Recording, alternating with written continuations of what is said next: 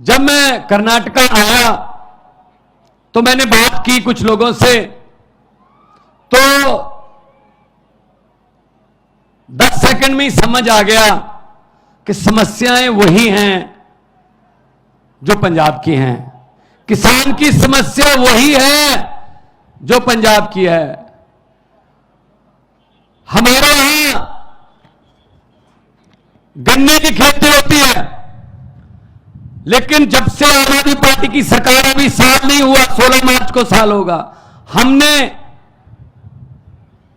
गन्ने के उत्पादकों को 300 करोड़ रुपया जो पिछली सरकारों ने नहीं दिया था, आते ही सबसे पहले वो दिया।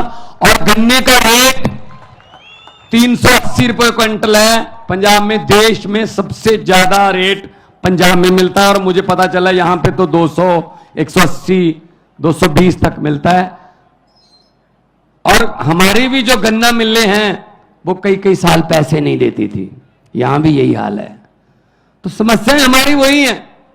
मुझे पता चला 2.5 लाख वैकेंसीज हैं गवर्नमेंट जॉब्स में, 2.5 लाख पद खाली हैं। और आम आदमी पार्टी की सरकार बनी 1 साल में 27,790 नौकरियां देकर आपके बीच में खड़ा हूं भाई साहब, सरकारी नौकरियां 1 साल में। और मुझे पता चला कि कॉन्ट्रैक्ट पर जितने भी कर्मचारी हैं वो कच्चे हैं, उन पर तलवार लटकती है, कब निकाल देंगे, कब कह देंगे घर जाओ, आपकी जरूरत नहीं है। और पंजाब सरकार ने 14,000 पहले किए, अभी हमारा बजट का सेशन आ रहा है, उसमें भी मत आ रहा है, 14,000 अब करेंगे। 28,000 कॉन्ट्रैक्ट वाले जो मुलाजिम थे कच्चे, उनको पक्के करके आपके बीच में खड़ा हूं भाई साहब। कोई हमारी बातें नहीं करते, हमारी बातें नहीं करते। यहां भी वही मुद्दा है, OPS, old pension scheme. Old pension scheme में क्या था, सरकारी कर्मचारी दफ्तर में काम करता था, जॉब करता था, तो उसकी तनख्वाह से पैसे करते थे जीपीएफ के, ईपीएफ के। जब वो रिटायर हो जाता था तब उसको इकट्ठे पैसे मिल जाते थे, वो अपना घर बना लेता था, अपने बेटे बेटियों का किसी का भी कोई गिफ्ट दे देता था, तो उसकी जिंदगी आराम से निकलती थी। अब क्या कर रहे हैं भाई साहब, अब भाई साहब का फरमान आ गया दिल्ली से, इनके पैसे काट तो लो लेकिन इनको मत दो, शेयर मार्केट में लगा दो, वहां से नीरव मोदी, विजय माल्या, ये बानी सब हो जाएंगे। और जब तक आप रिटायर होंगे आपको कहा जाएगा बहुत बहुत धन्यवाद, आपने बहुत अच्छी सरकारी नौकरी की, पेंशन तो आपकी नीरव मोदी ले गया और अंबानी ले गया। यह न्यू पेंशन स्कीम है उनकी, that's called new pension scheme. तो हम ओपीएस को हमने अपने पहले नोटिफिकेशन जारी किया, अब हमने कैबिनेट में इसको लेके आए हैं। हम केंद्र के साथ लड़ाई लड़ेंगे कि हमारा पैसा वापस दो। 18,000 करोड़ हमारा जो पेंशन का, old pension, new pension scheme का जो इन्होंने रखा है, वो वापस लेने के लिए हम लड़ाई लड़ेंगे, मुलाजमों के साथ लड़ाई लड़ेंगे। तो ये तो इनके कारनामे हैं। हम हमारी बात नहीं करते। अरविंद केजरीवाल जी ने कहा दिल्ली में मैं बिजली फ्री कर दूंगा, अरविंद केजरीवाल जी ने कहा मैं स्कूल अच्छे बना दूंगा। तो मजाक कर रहे थे ये लोग, ऐसे कैसे हो सकता है। जब स्कूल अच्छे बनने शुरू हुए, धीरे धीरे स्कूलों में टीचर्स जो है उनको विदेशों में ट्रेनिंग देकर धीरे धीरे बच्चों का रिकॉर्ड, बच्चों का पास प्रतिशत बढ़ता गया। आज दिल्ली के स्कूलों का पास प्रतिशत प्राइवेट स्कूलों से ज्यादा है, 99.7% है। मैं तब पंजाब में अभी चुनाव नहीं होते, मैं 2014 से एमपी था, 2019 में भी एमपी था, तो मैं दिल्ली रहता था जब पार्लियामेंट होती थी। सच मानिए मेरे पास दिल्ली के लोग आते थे, जब कोई पार्लियामेंट में काम करते हैं, जब पार्लियामेंट की कोई गाड़ी चलाता है, जब कोई मिल गया, वैसे उनको पता चल गया भगवंत मान का घर है, तो मेरे पास प्राइवेट स्कूल में एडमिशन के लिए सिफारिश नहीं आती थी। वो कहते थे जी दिल्ली के किसी सरकारी स्कूल में एडमिशन करवा दो, बच्चे की जिंदगी बदल जाएगी। ये किया अरविंद केजरीवाल जी ने, ये किया मनीष सिसोदिया जी ने। बदले में क्या किया? मनीष सिसोदिया को गिरफ्तार कर लो। स्कूल क्यों बना रहा है? अगर स्कूल बन गए तो देश के नौजवान शिक्षित हो जाएंगे, शिक्षित हो गए तो उनको समझ आ जाएगी कि वोट जो है उसकी कीमत होती है। उनको पता चल जाएगा कि वोट नफरत के नाम पर नहीं, विकास के नाम पर डाला जाता है। इसीलिए वो कहते हैं कि मनीष सिसोदिया को अंदर कर दो। अस्पताल बनाए, मुफ्त इलाज होता है दिल्ली में। चाहे आपने पैरासिटामोल से लेकर बड़े बड़े इलाज 40 लाख तक के ऑपरेशन मुफ्त होते हैं भाई साहब दिल्ली में। इन्होंने कहा क्यों, ऐसा क्यों होता है भाई, लोगों को मरने दो, ऐसा नहीं हो सकता। तो सतेंद्र जैन को अंदर कर दो जिसने हॉस्पिटल बनाए। ये इनके काम चल रहे हैं। शाखाओं के हम वो पत्ते नहीं जो शाख से झड़ जाए। आंधियों को जरा बोल दो अपनी औकात में रहें। ऐसे हम पर ईडी सीबीआई ये डालकर आप डरा नहीं सकते हमें, आप डरा नहीं सकते हमें। हम किसी और मिट्टी के बने हुए हैं भाई साहब।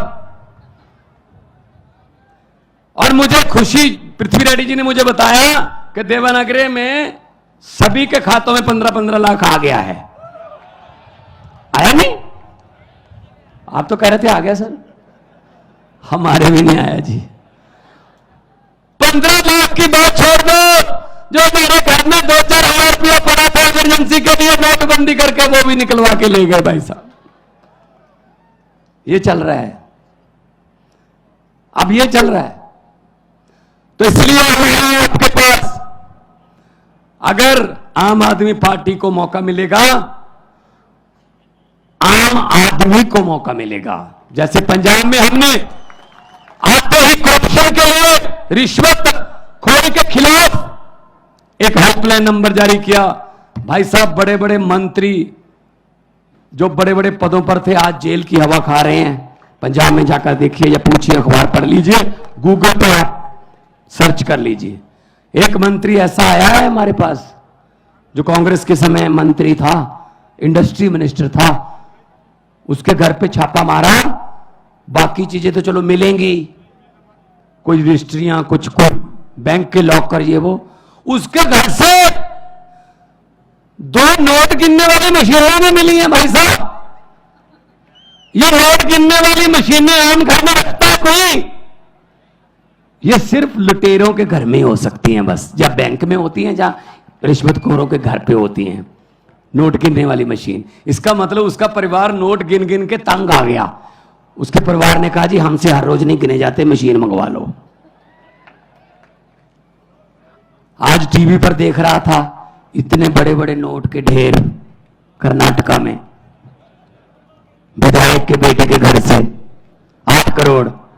मैं किसका पैसा है? दो किसका पैसा है?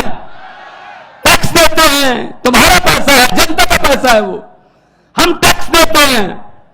कुछ लोग सोच रहे हैं भगवंत मान ये क्या कह रहा है, हम कब टैक्स देते हैं? भाई साहब टैक्स देते हैं, आपको पता नहीं चलता। सुबह उठते हैं, चाय बना रहे हैं सिलेंडर का और गैस का चूल्हा बना रहे हैं, आपने लाइटर ऑन किया, टैक्स शुरू, गैस पे टैक्स है।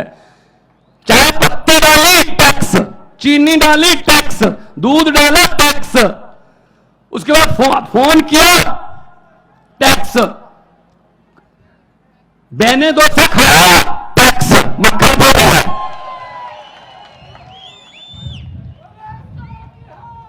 अब तो छाछ पे भी टैक्स है, आटे पे भी टैक्स है। बनाया गया, मोटरसाइकिल लेके गए, डीजल पेट्रोल टैक्स, सब्जी लाए टैक्स। शाम को डिनर करके सोचते हो सोने से पहले, शुक्र है अब कोई टैक्स नहीं है। नहीं नहीं, गलतफहमी में हो, ऊपर पंखा चल रहा है, टैक्स। भाई साहब हम तो सोते हुए भी टैक्स दे रहे हैं, जब हम सो रहे हैं तब भी टैक्स दे रहे हैं।